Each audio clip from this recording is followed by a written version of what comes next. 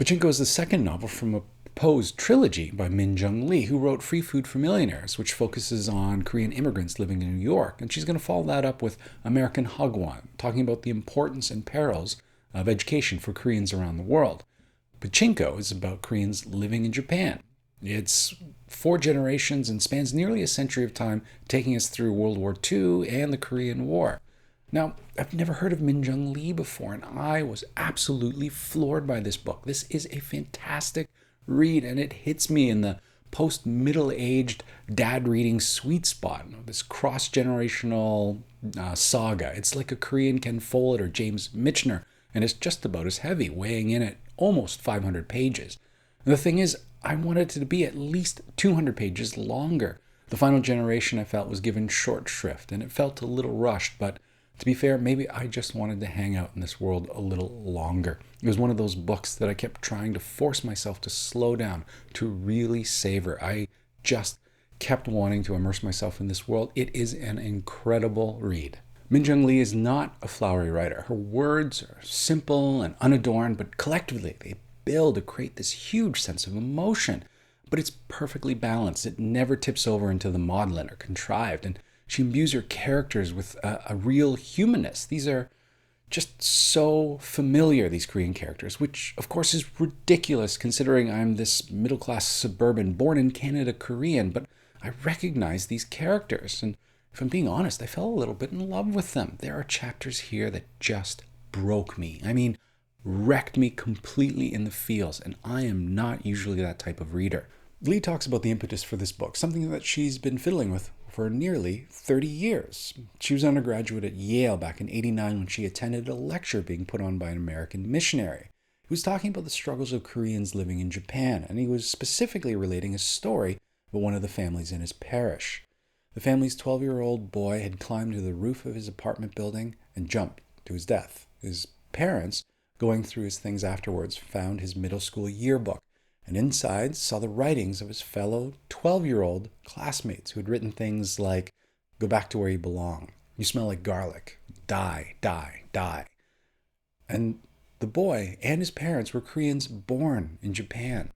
And that anecdote really struck me as well. I've always known that Koreans dislike the Japanese, but I guess it makes sense that the opposite would hold true.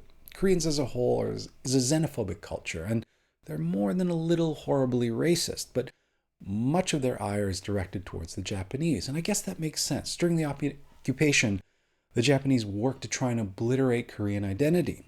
Koreans were forced to learn Japanese. They were given Japanese-sounding names. And Koreans have a long memory for this sort of thing.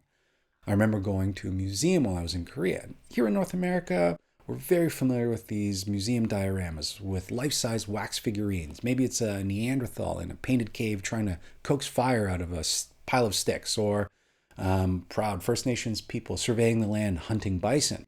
Well, in Korea, what we get is life-size dioramas of Koreans left outside in sub-zero temperatures so that in the morning, the Japanese occupiers could come out with boiling water to pour over their skin so it sloughed off their starving and emaciated bodies. Or another cozy diorama, the interior of a wooden cabin, Japanese soldiers playing cards and drinking, using a crate as a makeshift table.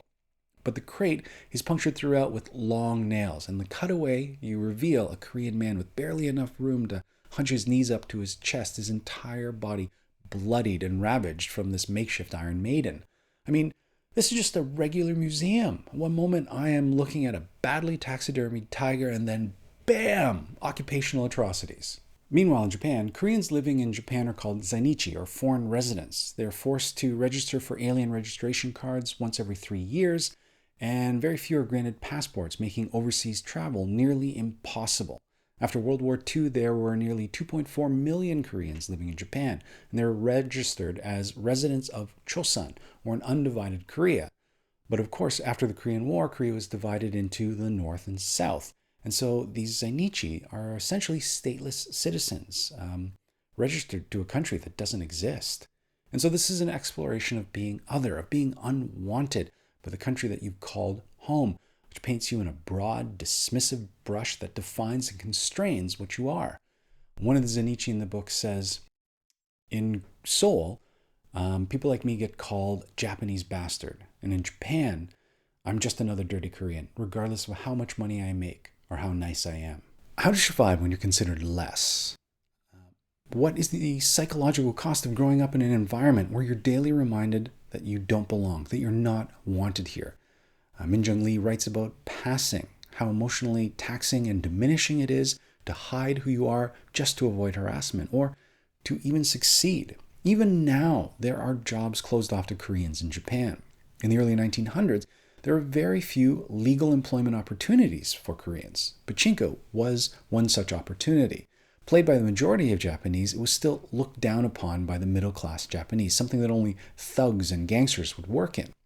Now, I'd never heard of Pachinko before, but it is huge. In 2014, it generated annual revenues of $190 billion, which is about twice the export revenue of the Japanese auto industry. Right now, maybe 1 in 7 Japanese play Pachinko regularly. Now, I've talked around the book here a lot, but I haven't really talked about the plot.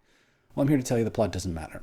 Unless you think it's important hearing about the story of a family learning to survive in a country hostile to their very identity. How with integrity and love they learn to succeed and persevere in an environment of hate. Pachinko is my first 5-star rated book of the year. I absolutely loved it. I want you to go out and read it, but you don't need me to tell you that. I'm hearing it being praised out there on a regular basis now. It's being hyped and talked about. So get on that bandwagon. In the meantime, I continue down the Korean author rabbit hole, and I hope you guys all have a great week of reading. We'll talk to you soon. Bye.